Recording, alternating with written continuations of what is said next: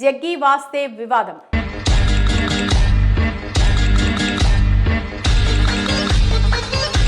నీ కూతురికి పెళ్లి చేశావు, నీ ఆశ్రమంలో ఉన్న మహిళల సంగతి ఏంటి? ఇటీవల సుప్రీంకోర్టు జగ్గీ వాసుదేవ్ పై సంధించిన ప్రశ్న. ఈషా ఫౌండేషన్ ద్వారా స్పిరిచువల్ మార్గాన్ని ఎంచుకుని భక్తులకి ఆధ్యాత్మిక బోధనలు చెప్పే వ్యక్తిగా భారతదేశంలో జగ్గీ వాసుదేవ్ చాలా ఫేమస్ అయ్యారు.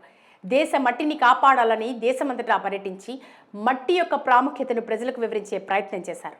కర్ణాటక, తమిళనాడు కావేరీ నీళ్లను కాపాడాలంటూ పోరాటం చేశారు. The way I saw Kaveri 50 years ago and how it is today, that means 70% is actually gone.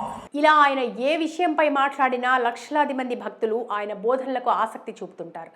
ఇక కోయంబత్తూరులో ఈషా ఫౌండేషన్లో కొన్ని సంవత్సరాల క్రితం ఆదియోగి శివుడి విగ్రహాన్ని స్థాపించి ప్రధాని మోడీ చేత విగ్రహ ఆవిష్కరణ కూడా చేయించారు. ప్రతి ఏడాది శివరాత్రి రోజున జాగారం ఉంటూ భజన జపాలతో ఆనందంగా లక్షలాదిగా వచ్చిన భక్తుల చేత శివరాత్రి జాగారం చేపిస్తారు.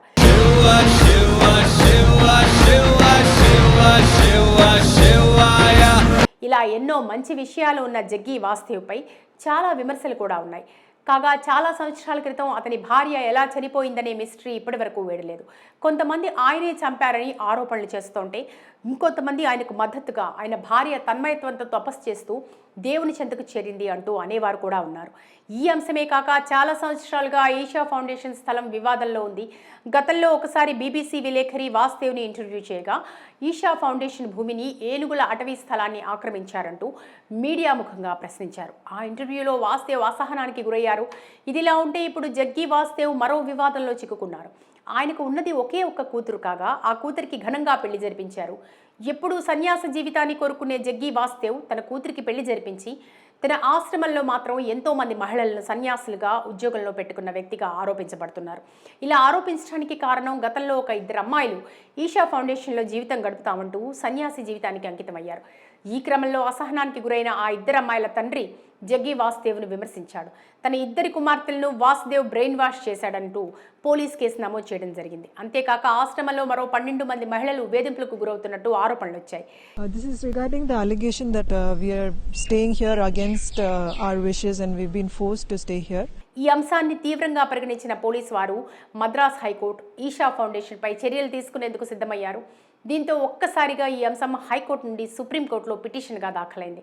It's not that I chose this blindly all of a sudden. This is the only way I can find fulfillment in my life.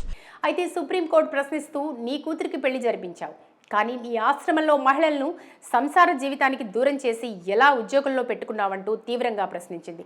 నువ్వు ఆడవారిని వేధింపులకు గురి చేస్తున్నావు అంటూ నిలదీసింది. అయితే ఈ అంశంపై తగిన ఆధారాలు లేని కారణంగా ఈ కేసుని వివిధ కోణాల్లో క్షుణ్ణంగా పరిశీలించి కీలక ఆధారాలు సేకరించిన తర్వాత రుజువైతే గనక అప్పుడు ఈషా ఫౌండేషన్పై జగ్గీ వాసుదేవ్పై చర్యలు తీసుకుంటామని సుప్రీంకోర్టు వివరించింది. అప్పటి వరకు ఈషా ఫౌండేషన్పై ఎలాంటి పోలీస్ యాక్షన్ తీసుకోవద్దంటూ కోయంబత్తూరు పోలీసులకు మద్రాస్ హైకోర్టుకు సుప్రీంకోర్టు ఆదేశించింది. మొత్తంగా జగ్గీ వాసుదేవ్పై తీవ్ర స్థాయిలో ఇప్పుడు ఆరోపణలు చుట్టుముట్టాయి. ఈ కేసులో మున్ముందు ఎలాంటి విషయాలు వెలుగు చూస్తాయో తెలియాల్సి ఉంది.